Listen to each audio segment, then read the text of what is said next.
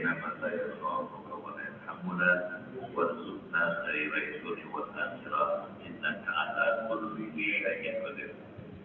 اللهم إنا نسألك شفاء عاجلا وصحة تامة لنا ولا سيما في الدرموان بالباب منصور اشفنا يا شافي اشفه يا شافي أنت الشافي لا شفاء إلا شفاء غير الله شفاء لا يبدل سقما.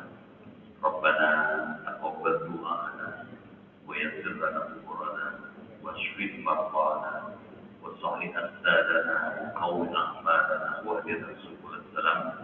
ربنا آتنا في الدنيا حسنة وفي الآخرة حسنة وقنا عذاب النار والحمد لله رب العالمين.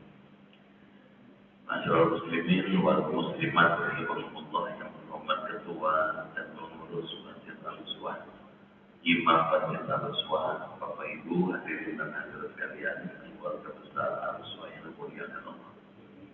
Pagi ini kita bersyukur atas rahmat Allah dapat kembali hadir bermuajah di Masjid Al-Uswah yang kita hormati ini.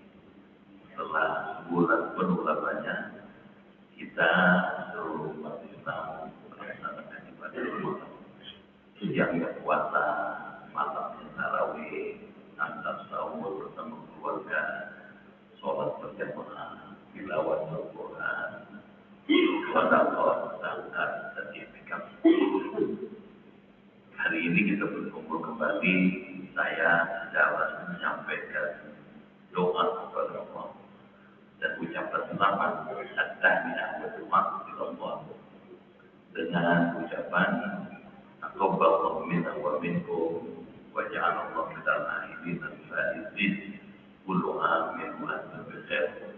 Semoga Allah menerima amal ibadah Bapak Ibu sekalian, menerima amal ibadah kita semua, sholat, puasa, zakat, sedekah, tilawah, i'tikaf, dan menjadikan kita semua orang-orang yang berhasil dalam mengendalikan hawa nafsu kembali kepada fitrah itu semua. Semoga Allah menjadikan kita sepanjang tahun sampai Ramadan yang akan datang bikhair dalam keadaan baik. Karena doanya panjang dan singkat, minal aidin. Padahal kalau menurut ilmu minal aidin wal faizin dengan minal aidin al faizin beda. Kalau pakai wawu minal aidin wal faizin itu artinya orang boleh lebaran meskipun nggak puasa, nggak terawih. Tapi kalau minal aidin al faizin tanpa wawu hanya orang yang sholat, tarawih, zakat, sedekah, puasa yang berhak lebaran. Jadi beda sekali kalau pakai wawu dengan tidak pakai wawu. Di Indonesia sesuatu yang salah kemudian diterima sebagai kebenaran. Sampai sekarang orang bilang minal aidin wal faizin sedekah. Minal aidin wal faizin. Nah, boleh-boleh Allah, kita juga berprihatin karena salah seorang aktivis Masjid Al-Uswah, Bapak Fitri Darmawan, 2-3 hari terakhir ini sakit. Padahal hari Sabtu lalu ketemu saya di rumah saya, masih sehat. Sekarang sakit lagi. Kita doakan dari Pak Fitri Darmawan cepat sembuh, dimudahkan Allah kembali sembuh. Fit Darmawan itu tidak dia berikan sembuh segera agar tersendat-sendat di pahala yang besar sekali Pak Fit Darmawan itu besar sekali perannya dalam majelis ilmu kita ini. Nah, tapi di balik sakitnya Pak Fitri Darmawan ini ada hikmahnya. Allah sayang sama Fitri Darmawan. Mana contohnya? Bapak tahu Nabi Yakub. Nabi Yakub itu sudah puluhan tahun tidak bisa melihat karena sakit parah. Ternyata Allah sembuhkan. Yang menyembuhkan Allah ketika putranya Nabi Yusuf jadi raja di Mesir. Kata Yusuf pada abangnya, jemput bapak. Nabi Yusuf ada di Mesir, jemput bapak. Tempelin nih muka bapak dengan jubah ini dan gamis ini. Gamis itu turunan dari Nabi Ibrahim sampai Nabi. Ada. Tempelin mukanya. Yahti basir. Bapak nanti bakal bisa melihat tadi. Benar di bawah itu jubah itu ditempel ke muka ayahnya dengan kuasa Allah. Tapi Yakub mereka. Nah, dalam syarah tafsir itu dikatakan Nabi Yakub ketika itu katana. Dulu belum ada operasi katana. Jadi cuma ngandelin mujizat dari Allah. Itu selesai. Jadi sakitnya Pak Darmawan bukan akhir segala-galanya, tapi ini adalah cara Allah menyayanginya. Mudah-mudahan sembuh sembuh ya. Dan yang sembuh bukan cuma kita, semuanya sehat. Semua yang hadir keluarga di rumah sehat. Kalau bisa jangan pakai sakit. Badan sehat, iman kuat, rezeki ngerojo, ibadah rajin, anak soleh, keluarga sakinah, meninggal husnul khotimah. Itu aja, nggak macam-macam. Itu aja yang sederhana. Baik, sekarang kita akan melanjutkan kajian ilmu tauhid dan kitab Jauharatul Tauhid halaman 117. Baik, silakan dibaca. Bismillahirrahmanirrahim. Wal anbiya'u yaruna fil ardi wa ba'dhum malaikatun fil ardi. Bermula para nabi itu adalah dalam keutamaannya, dan setelah para nabi itu adalah malaikat yang memiliki pangkat keutamaan. Artinya makhluk yang utama sesudahnya Muhammad yaitu para nabi Allah. Sesudah para nabi, para malaikat. Setelah para nabi baru para malaikat. Malaikat Allah yang mempunyai keutamaannya. Ini adalah pendapat ulama Asy'ariyah. Hadza wa qawlu rasulullah itu fadl wa kullin fadl. Pahamilah keterangan ini dan sekelompok ulama dalam memberikan perincian karena mereka yang mengutamakan dan sebagian nabi itu setiap golongan atau sebagian lagi itu yang sambung mengungguli. Lalu ada jadi maf'ul dari fa'il yang artinya Islam adalah artinya kamu harus memahami terhadap ini. Dan juga sebenarnya kaum atau golongan antara keutamaan malaikat dengan nabi itu para nabi yang berdekatan dengan Nabi Muhammad SAW. Selanjutnya para malaikat seperti malaikat Jibril. Maksudnya para nabi lebih utama dibandingkan dengan usul malaikat para malaikat. Dan usul malaikat lebih utama daripada awam al-basyari, yaitu para wali seperti Sayyidina Abu Bakar, Sayyidina Umar dan lain-lain. Awam al-basyar lebih utama daripada awam malaikat, yaitu malaikat selain usul malaikat. Dan awam malaikat lebih utama daripada wali. Sebagiannya malaikat dan para nabi mengungguli sebagian, yaitu seperti usul malaikat lebih utama dari malaikat yang lain. Begitu juga nabi-nabi yang mendapat keutamaan lebih utama dari nabi yang lain. Begitu ya. Bapak Ibu dimuliakan Allah, apa maknanya? Seperti apa pahamnya, bagaimana maksudnya, kita kaji begini. Dalam ilmu tauhid kita mengenal ada tauhid nabawi. menjelaskan bahwa Allah telah mengutus para nabi. Nabi itu dibedakan dengan rasul. Ada rasul yang agung, yang mulia, ada ulul azmi, ada para nabi yang lainnya. Terus ada Allah juga mengutus para malaikat, menciptakan malaikat. Allah juga telah menjadikan para wali. Beliau-beliaunya apa? Pertanyaannya, rankingnya seperti apa? Tingkat kemuliaannya mana? Mana paling mulia? Siapa nomor berikutnya? Wal anbiya, bermula para nabi itu. Apa itu nabi? Nabi adalah orang yang dipilih oleh Allah mendapat wahyu untuk dirinya. Nabi. Kalau rasul, orang yang dipilih oleh Allah untuk dirinya dan disampaikan kepada umatnya. Jadi, kalau rasul ada umat, tapi kalau nabi untuk dirinya. Berapa jumlah nabi? Menurut Profesor Wahbah Suhaili ada 124.000 nabi. Berapa jumlah rasul? Ada 313 rasul. Dari 313 rasul itu hanya 25 rasul yang namanya Allah cantumkan dalam Quran. Hanya 25.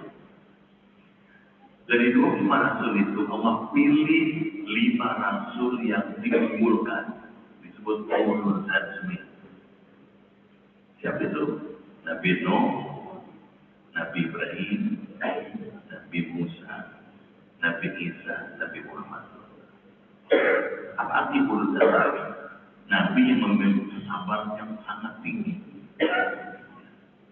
Nabi punya keunggulan karena sabarnya. Dari 5 yang diunggul ini, dipilih satu yang terunggul. Disebut Asyraful Anbiya wal Mursalin. Beliau junjungan Nabi besar Muhammad. Jadi paling mulia di antara seluruh Nabi Rasul Nabi Muhammad. Bahkan Nabi Muhammad ini paling mulia dibandingkan alam semesta. Dibandingkan langit, dibandingkan bumi, dibandingkan malaikat, dibandingkan alam semesta, Nabi Muhammad. Laulaka aflaka. Kalau bukan karena engkau, kata Allah kepada Nur Muhammad itu, aku tak ciptakan aku. Jadi paling tinggi. Ya lunahu fil fadl adalah dalam keutamaannya. Jadi semua Nabi Rasul itu punya keutamaan.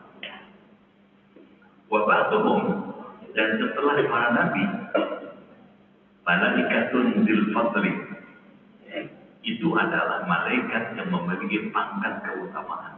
Jadi kalau di ranking diurut, paling tinggi Nabi Muhammad. Kemudian ulul azmi. Kemudian rasul yang lain selain ulul azmi. Baru Nabi, baru malaikat. Jadi Nabi itu lebih unggul dibandingkan malaikat. Artinya makhluk yang utama sesudah Nabi Muhammad SAW yaitu para Nabi Allah, Nabi-Nabi. Sudah para Nabi, lalu malaikat Allah. Jadi Nabi, malaikat. Yang mempunyai keutamaan. Ini adalah pendapat golongan ulama Asy'ariyah. Apa itu Asy'ariyah? Masyarakat umat Islam itu terbagi menjadi masyarakat umat Islam yang berpaham tauhid Ahlus Sunnah wal Jamaah. Kira-kira? Ahlus Sunnah wal Jamaah lebih dikenal dengan Sunni. Tokoh yang menjelaskan ini adalah Al-Imam Abu Hasan Al-Asy'ari. Karena namanya Asy'ari, maka orang yang mengikuti paham Ahlus-Sunnah wal Jamaah disebut Asy'ariyah. Jelas? Udah habis nakal.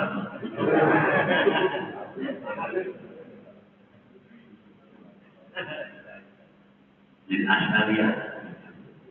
Nah, ini Imam Asy'ari.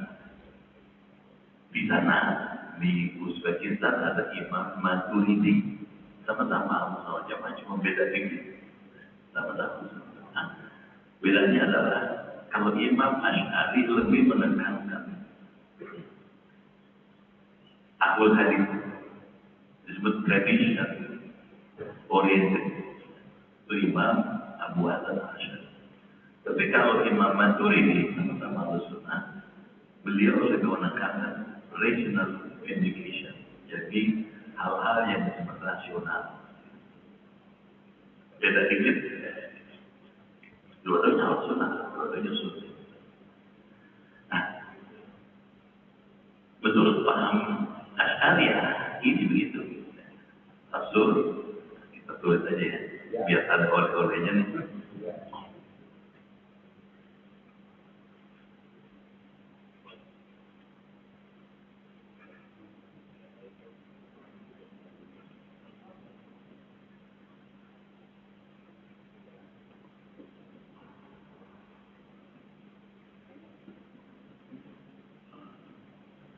Akidah Islam.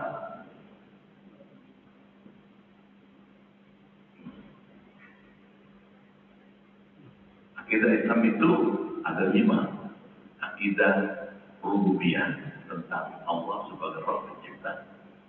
Ada akidah uluhiyah, Allah sebagai yang disembah. Ada akidah nubuwah, yang melibatkan sekarang. Akidah nubuwah, an-nubuwah. An-nubuwah.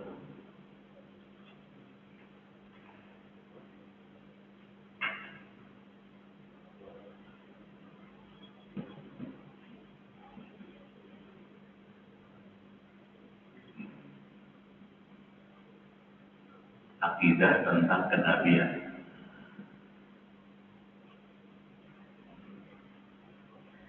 Nah, Nabi itu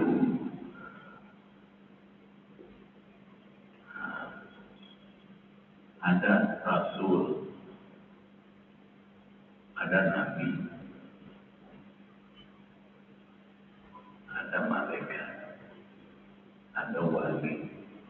Nah, Rasul ini 313 Rasul. Benar? Dari 313 Rasul ini ada Rasul yang tercantum dalam Quran.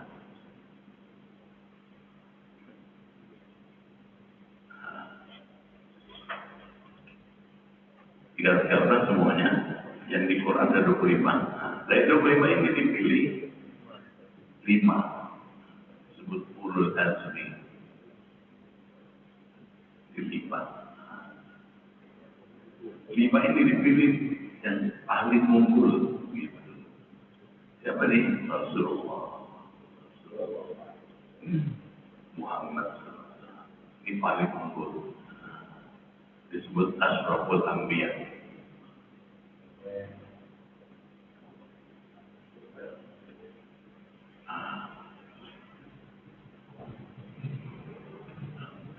Paling unggul itu. Jadi orang paling mulia sejagat Nabi Muhammad. Setelah ini baru ini. Betul ya? Ini yang 5 ini. Siapa tuh? Nabi Nuh, Nabi Ibrahim, Nabi Musa, baru Nabi Musa. Ini dia. Jadi ranking pertama ini. Ini kedua.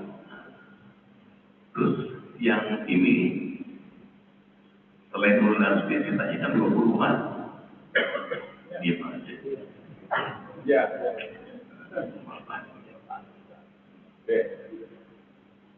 Diambil 25 kan tinggal 20.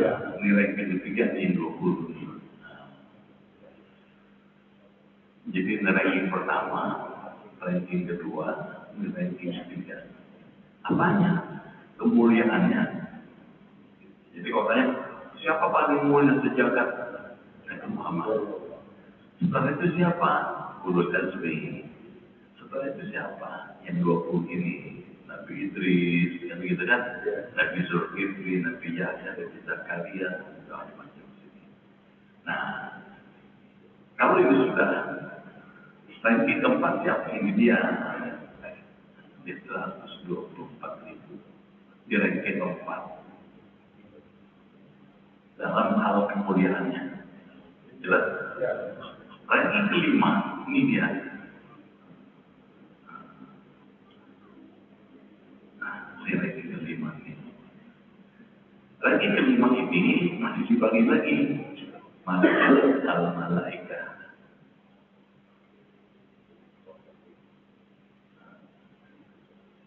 Malaikat itu ada ruus itu tentokannya, pemimpin-pemimpinnya. Nah, dari malaikat yang ranking kelima ini masih dipilih. Yang pertama, ruusul malaikat, pemimpin malaikat.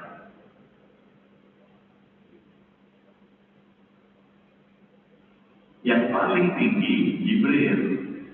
Bisa tahu ya. Jibril. Setelah Jibril baru sisanya 9 malaikat. Ini termasuk ruusul malaikat. Siapa 9? Mikail, Israfil, Munkar, Nakir, Raqib, Atid, Malik, Ridwan. Jelas kan?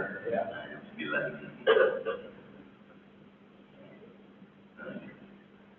Nah, ini ranking kelima nih. Terus di bawahnya baru seluruh malaikat.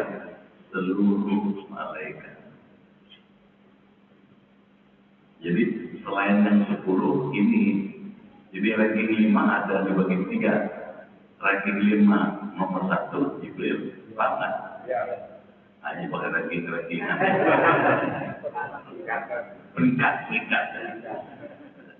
Peringkat. Nah, malaikat yang berikutnya nih 9. Mikail, Israfil, Munkar, Nakir, Raqib, Atid, Malik, Ridwan. Baru setelah itu sini, nah, malaikat di grup malaikat. Alhamdulillah. Ya. Ranking ke-6 baru wali. Wali masih dibagi lagi. Wali kutub, gitu. Yang pokoknya itu paling tinggi. Nah, kita bahas dulu selanjutnya.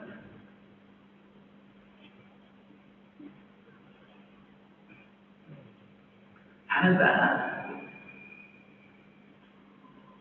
wa qaumun fasallu idza fadalu.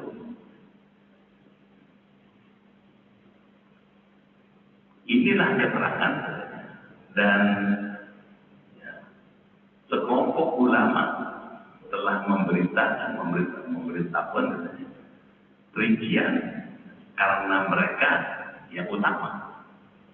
Jadi ini dan sekelompok orang kaum fasallu merinci infadlu telah menjadikan ranking begini kita ini. Wa ba'du kullin dan sebahagian nabi itu katanya. Setiap setiap golongan atas katanya sebaik-sebaiknya yang dulu ya, sebagian lainnya itu yang mengungguli. Jadi kayak gini urutannya. Jadi yang paling mulia dia. Bisa tahu apa ya? Nah, setelah itu ini, setelah itu ini, setelah itu ini, baru ini urutannya ini gitu. Nah, yang meranking ini para ulama. Ulama siapa? Ulama Ahlussunnah wal Jamaah. Bisa tahu nggak? Ya. Siapa pemimpinnya? Imam Asy'ari. Baru ke sini. Lanjut ya. Bertanya, kita di mana kita?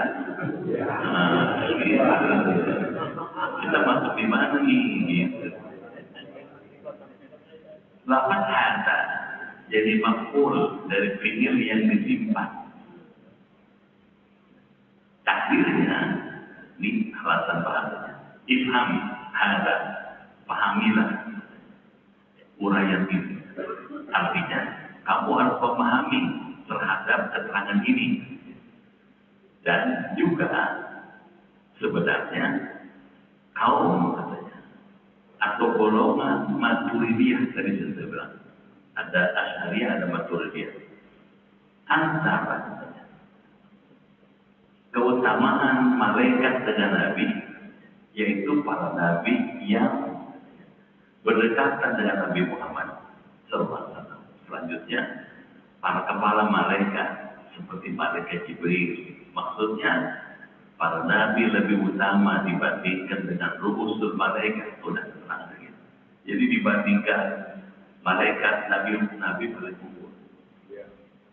Paling unggul sekali Nabi Muhammad. Dan ru'usul malaikat lebih utama daripada awamul basyari. Pemimpin para malaikat ini yang 10 ini lebih utama dibandingkan manusia pada umumnya. Siapa itu? Yaitu para wali-wali seperti Sayyidina Abu Bakar. Nah, setelah ini baru ada sahabat di sini.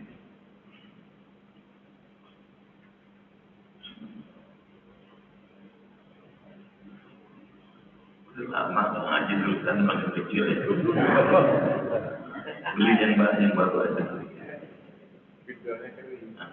Nah, malu lah, orang karena ngaji. Dia aja, jangan yang KW itu, yang ori beli ori. Nah, sahabat ini pasti dibedain lagi nih. Nah, ada Khulafaur Rasyidin, sahabat utama. Siapa misalnya? Abu Bakar, Umar, Utsman, Ali, ini rankingnya. Baru setelah itu, selain beliau.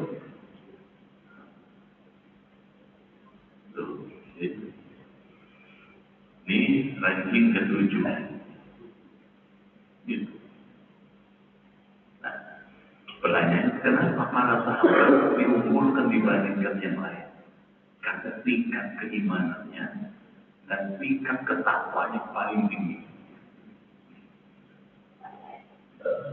Nah, ada ulama ahli lain mengatakan sahabat itu mulai wali, tapi dalam tasawuf wali lebih unggul dibandingkan sahabat. Lihat baik. Dan usul mereka itu katanya utama daripada awam basyari, yaitu para wali-wali seperti Sayyidina Abu Bakar,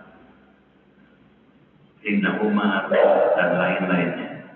Awamul basyari lebih utama daripada awam malaikat, yaitu malaikat selain usul malaikat. Nah, ini nih. Kalau Bapak punya derajat dalam disebut tasawuf makom solehin arifin billah, Bapak lebih mulia dibanding malaikat. Di sini kita nih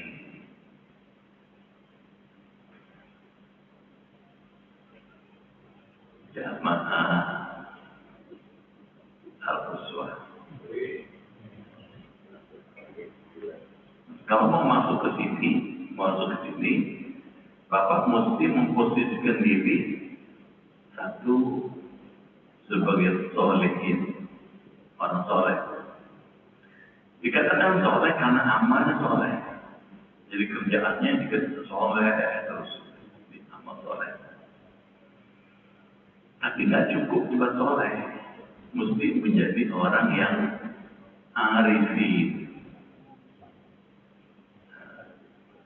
Orang yang punya ilmu tauhid yang dalam, arifin.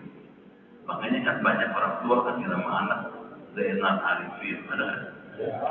Maksudnya ini anak nanti kerjanya menjadi penggiat orang-orang arif, orang-orang yang arif. Jadi ini amalnya, ini ilmunya. Kalau ini sudah punya, Bapak mesti, Ibu mesti merubah jadi muttaqin.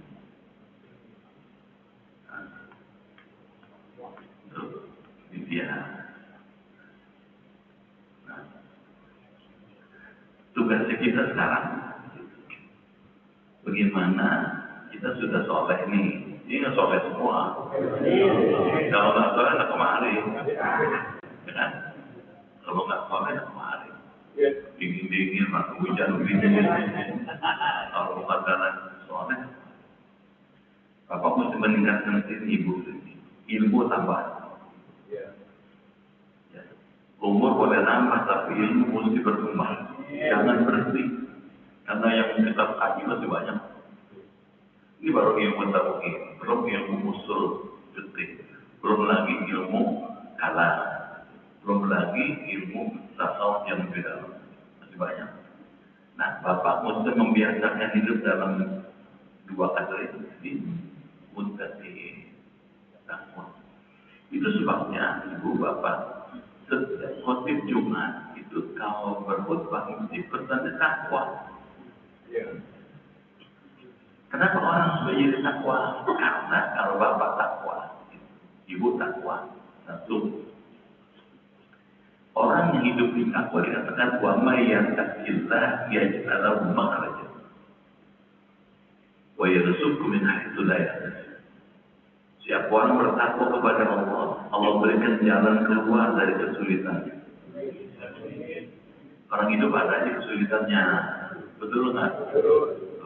Ya, ada aja, banyak kesulitannya. Mungkin orang uswah duit nggak masalah. Siapa yang megang duit? Cuman ada aja masalah, apa kesehatan. Ada nggak? Dengkul sakit. Betul nggak ya? Kolesterol tinggi. Gula darah naik melulu. Ada nggak begitu? Ya bisa dong, minta dong. Nah kalau orang bertakwa dikasih solusi, dikasih jalan keluar. Ada yang jalan keluar yang harus disono.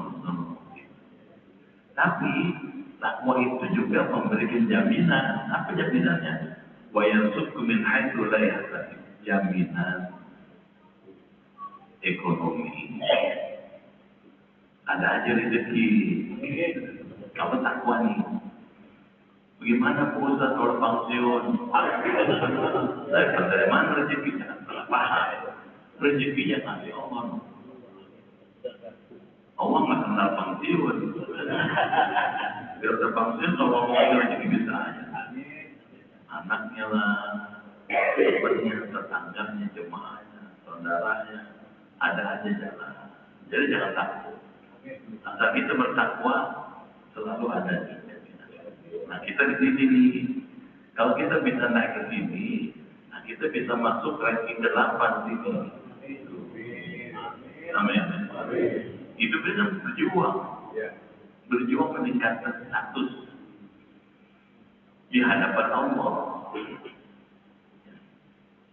Bukan karena jabatan, bukan karena kedudukan, bukan karena keturunan, tapi karena tadi katakan inna akramakum indallahi atqakum. Katakan sesungguhnya yang paling mulia di antara kamu bukan karena jabatannya, bukan karena pangkatnya, bukan karena hartanya, tapi karena takwanya.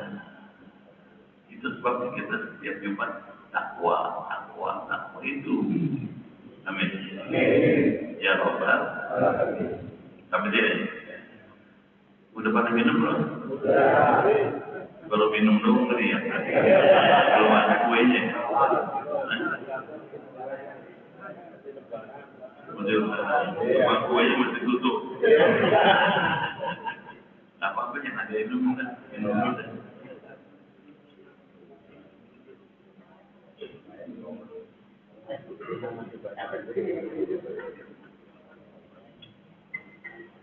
Baik. Kita lanjut lagi. Saya tahu kita lanjut satu bait ini. Atau kita tanya jawab. Tanya boleh. Terus boleh. Nah, apa?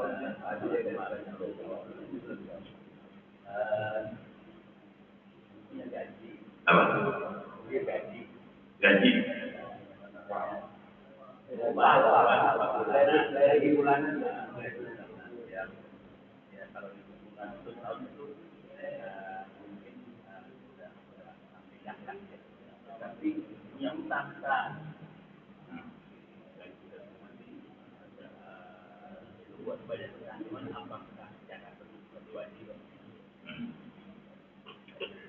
Ada orang setiap bulan dapat gaji. Kalau dikumpulin 1 tahun, 12 kali terima gaji, itu hitung-hitungannya, nah, nisabnya sudah memenuhi syarat wajib zakat. Tapi dia punya utang. Utangnya lebih besar dibandingkan perolehan gajinya.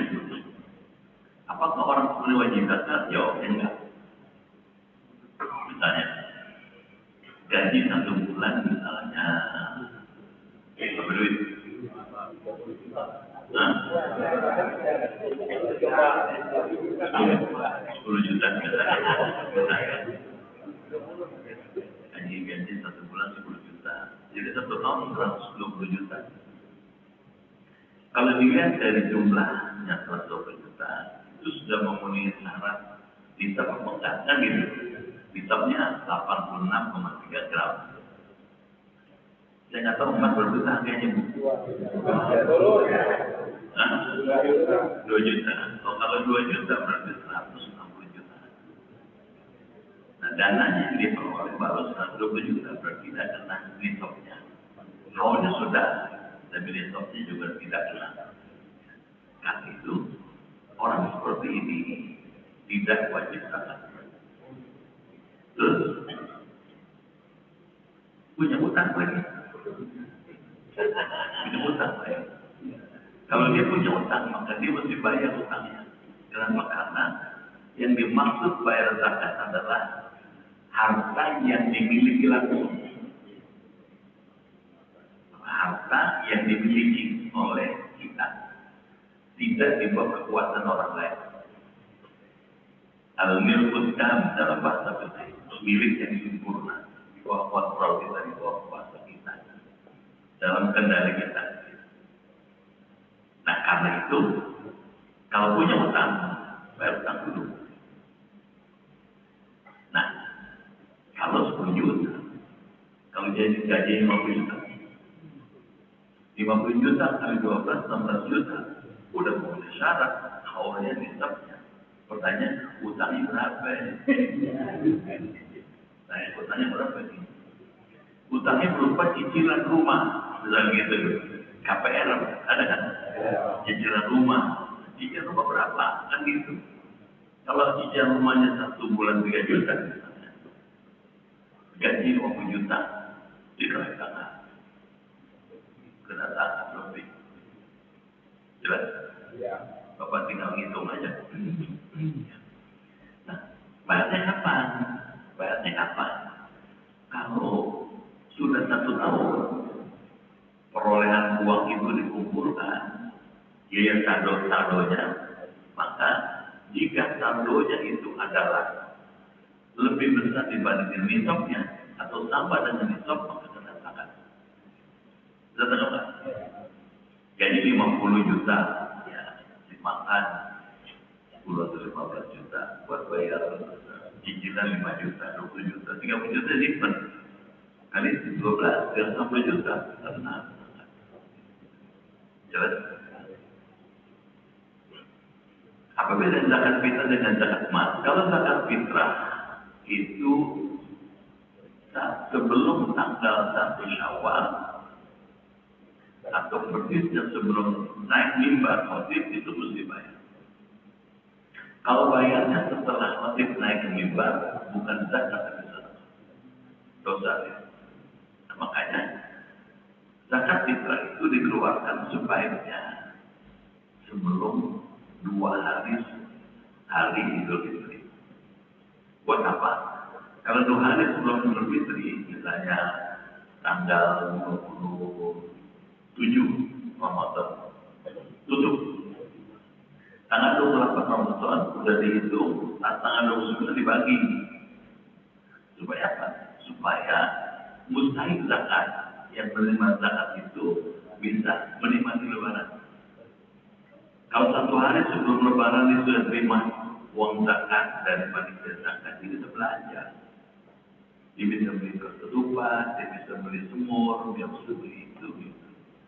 Itu sebabnya mesti dirubah untuk tradisi lama. Ada orang bayar zakat jam 10 malam takbiran. Ada nggak? Oh, jam 10 malam baru bayar zakat. Jam 12 baru tutup. Jam 2 baru dibagi kepada mustahik zakat. Kata lima, saya kapan belanjanya? Boleh jam segini, jam 2 baru terima uang zakat. Dan nggak boleh tanggal 1 Syawal itu orang keliling nyadong, nggak boleh. Jadi tanggal 1 Syawal Lebaran nggak boleh ada orang minta-minta. Itu gunanya zakat kita. Kata Nabi, "Umnuhum antawa fi hadzal yaum." Cukupkanlah keperluan mereka supaya mereka tidak tawain itu keliling nyadong minta-minta pada hari Idul Fitri. Jadi nggak boleh, cukupin keperluan mereka. Kita yang jamin di buat saudara-saudara kita. Jelas? Paham ya? Siapa lagi? Ya Ibu.